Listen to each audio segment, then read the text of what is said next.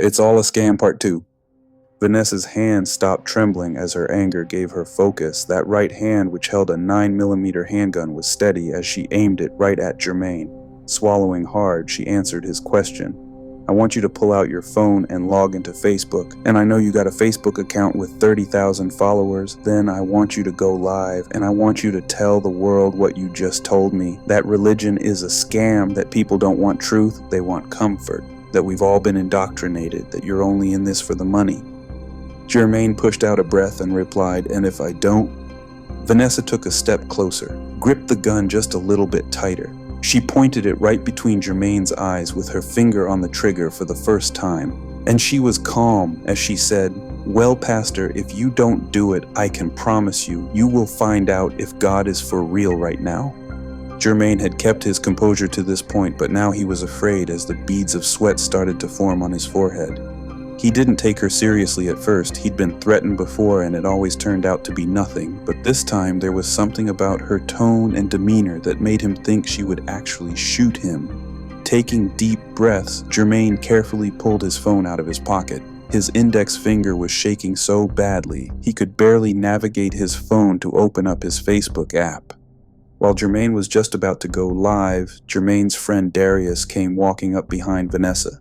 During their meteoric rise, Jermaine had placed Darius as the church treasurer to keep a close eye on the money, and Darius would normally be gone already, depositing the cash and checks from the morning service, but he came back because he left his wallet in his office. When he saw Vanessa pointing the gun at Jermaine, Darius tiptoed behind her while carrying his briefcase. Jermaine was so scared all he saw was the barrel of Vanessa's gun, and Vanessa was so focused on Jermaine she wasn't paying attention to anything else. Darius creeped up right behind her and hit Vanessa in the back of the head with his briefcase, knocking her out cold. Oh, thank God you showed up when you did, Jermaine said as he collapsed to the ground while clenching his chest.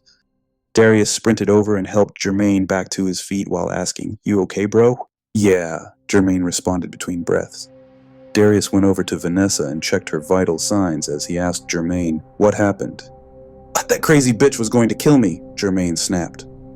Rising to his feet, Darius asked, Why? She was mad that her father with dementia gave money to the church, and she thought we should have helped him. Then she wanted me to go on Facebook Live and tell the world that I'm a fraud, that we're frauds, and if I didn't do it, she would kill me. Darius went into his pocket and pulled out his phone and said, We gotta call the police.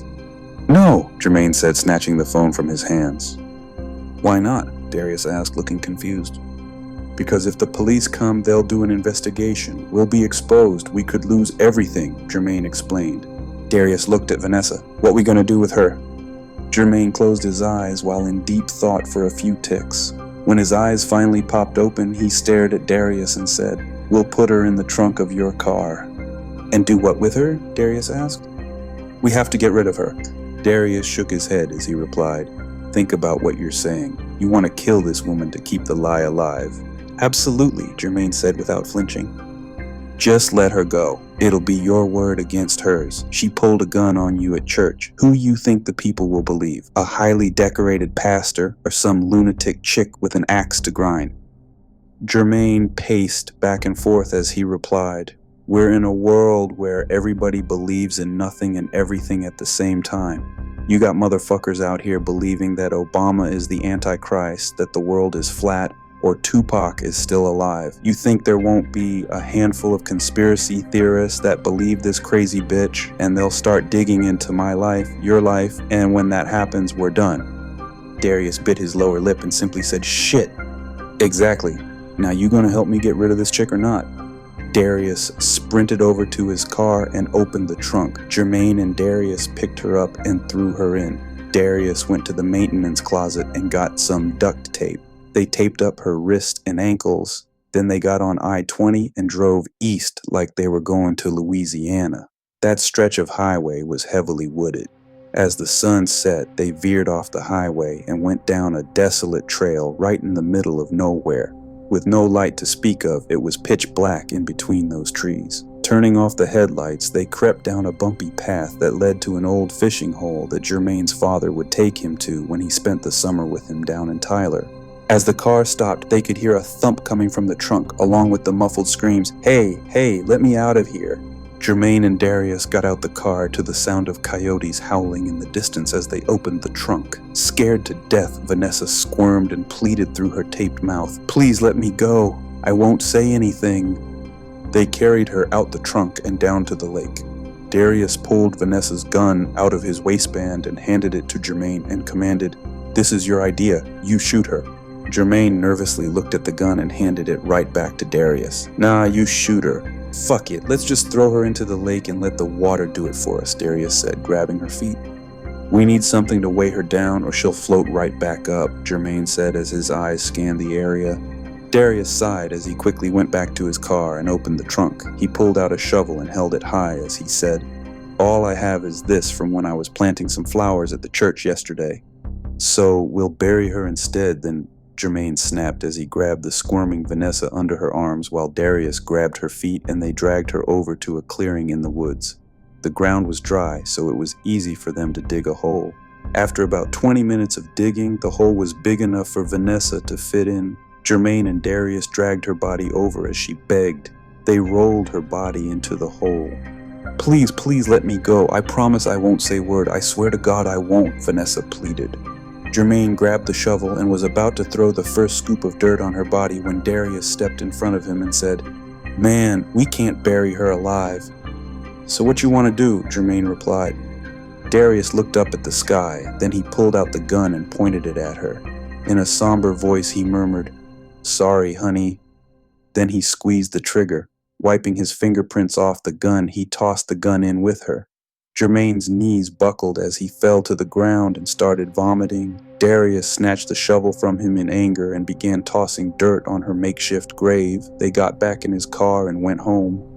Jermaine sat on his couch and stared at his fireplace as the flames blazed. His heart was in his throat and it was hard for him to breathe. Then he started hearing this strange sound. Thump, thump. He went to the front door and there was nobody there. He went to the patio, nobody there either. He checked every closet, nothing. He unplugged every television, but the sound continued. Thump, thump. Jermaine started guzzling down whiskey until he was able to drown out the sound. He passed out, but waiting for him in his dreams was Vanessa. The look of terror in her eyes was an image he couldn't shake. When he woke up the next day, there it was again. Thump, thump, sounding like listening to someone's heartbeat with a stethoscope. Jermaine tried to escape it by going to church. He thought maybe being surrounded by other people would help him. When his secretary greeted him, he heard, "Where is Vanessa?" Jermaine tilted his head in confusion as he asked, "What did you say?" "I said, where is your head at? I've been talking to you and you're paying me no attention," April replied, snapping her fingers. It was like that with every person he encountered. All he could hear them say was, "Where is Vanessa?" followed by that thump, thump. He heard that thump day and night, but he was scared to drink again because when he closed his eyes, there was that image of Vanessa to greet him over and over as the days dragged on unmercifully. He couldn't eat, he couldn't sleep, he couldn't focus, and he found no peace as the thump got louder and louder, drowning out everything. Jermaine would sit in a fetal position in a corner with his hands covering his ears, screaming at the top of his voice. After 3 more days of this, he heard a knock at the door. When he opened it, he saw a policeman standing there. Before the policeman could say a word, Jermaine yelled, "I did it! I killed Vanessa Blackman! I did it! I'm a fraud!" The end. Thanks for watching. If you like the content, hit like, subscribe, and share. And don't forget to check out my latest novel, Loyal to a Fault, on Amazon or wherever books are sold.